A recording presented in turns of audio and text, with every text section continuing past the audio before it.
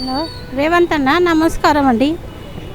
మాకు కొంచెం భూమి సమస్యతో వచ్చినామన్నా. మేము చాలా ఇబ్బంది పెట్టారు మాకు కేసీఆర్ వాళ్ళు. ఎక్కడ కొడితే అక్కడ కొడితే ఇక్కడ వచ్చినామండి. మేము హరీష్ రావు దగ్గరికి పోతే కూడా మాకు ఆర్డీఓకి రాస్తే మాకు రిప్లై ఇవ్వలేదు. 38 సర్టిఫికేట్ మాకు ఏం చేయలేదు, మాకు ఏమీ పట్టించుకోలేదు. ఎక్కడికి వెళ్ళినా మమ్మల్ని నిలగొట్టేసిరు. మమ్మల్ని మా తాతల ఆస్తి 38 10 acres భూమి వేరే వాళ్ళు కబ్జా చేసుకున్నారు. మాకు ఇప్పిస్తారని మీ మీద నమ్మకంతో వచ్చాం సార్.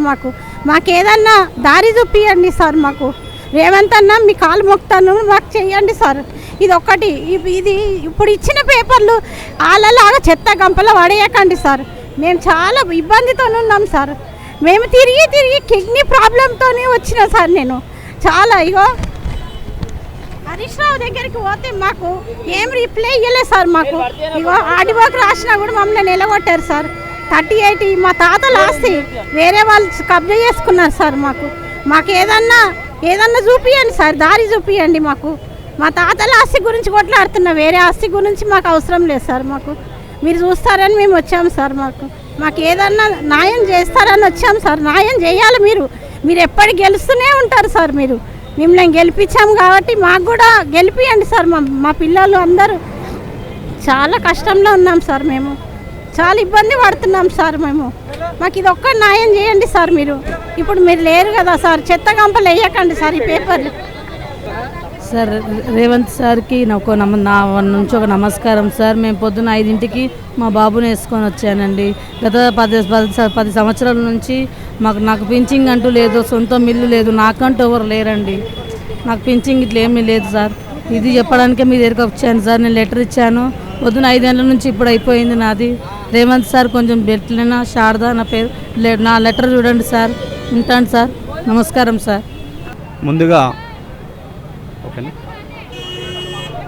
ముందుగా ఈ ప్రజావాణి నిర్వహించి ప్రజల యొక్క కష్టాలని తెలుసుకోవడం కోసం, ప్రజలని వాళ్ళ సమస్యలను తీర్చడం కోసం ఏర్పాటు చేసిన ఈ ప్రజావాణి కార్యక్రమంకి నిజంగా అభినందనీయం. సీఎం రేవంత్ రెడ్డి గారికి ముఖ్యంగా వారికి ధన్యవాదాలు తెలుపుతున్నాం. మేము గతంలో 2017 ప్రిన్సిపల్ పోస్టుల కోసం అప్లై చేసి ప్రిలిమ్స్ రాసి మెయిన్స్ రాసి మెరిట్ లిస్టులో ఉన్నాక కూడా మాకు ఈ యొక్క ఉద్యోగం ఇవ్వలేని పరిస్థితి అయింది. కారణం ఏంటంటే డబ్బులన్నీ తీసుకొని వాళ్ళకి నచ్చిన వ్యక్తులకు ఇవ్వడం జరిగింది.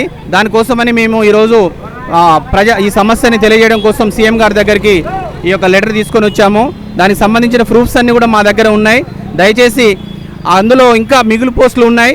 ఆ మిగులు పోస్టులను కూడా పరిశీలించి ఆ మిగులు పోస్టులని మాకు ఆ మెరిట్గా ఉన్నటువంటి ఎవరైతే అభ్యర్థులు ఉన్నామో ఆ మెరిట్ చూసి మాకు మిగిలిన పోస్టులని అందించాలి. అలాగే గతంలో జరిగిన అవకతవకలన్నింటినీ కూడా వాటిని మొత్తం కూడా తీగలాగితే డొంక కదులుతుంది అన్నట్టుగా మొత్తం అందరి ఒక భాగవతాలు బయటపడతాయి. 99% వరకు డబ్బులు తీసుకొని పోస్టులో పొందిన వాళ్ళే ప్రిన్సిపల్ ఉద్యోగంలో ఉన్నారు. 10% మాత్రమే, 1% మాత్రమే నిజమైనటువంటి అభ్యర్థులు ఉన్నారు. కాబట్టి దయచేసి సీఎం గారు దీనిపై పరిశీలన చేసి టీఎస్పీఎస్సీలో జరిగినటువంటి అవకతవకలన్నీ, దాంట్లో మా యొక్క జీవితాన్ని కోల్పోయినటువంటి అభ్యర్థులు మేము దాదాపు 200 మంది ఉన్నాము. వాళ్ళ తరపున మేము ఈ యొక్క లెటర్ ఇవ్వడం కోసం వచ్చాం సార్. దయచేసి దీని మీద మీరు చర్యలు తీసుకొని తగు న్యాయం చేయవలసిందిగా కోరుచున్నాం సార్.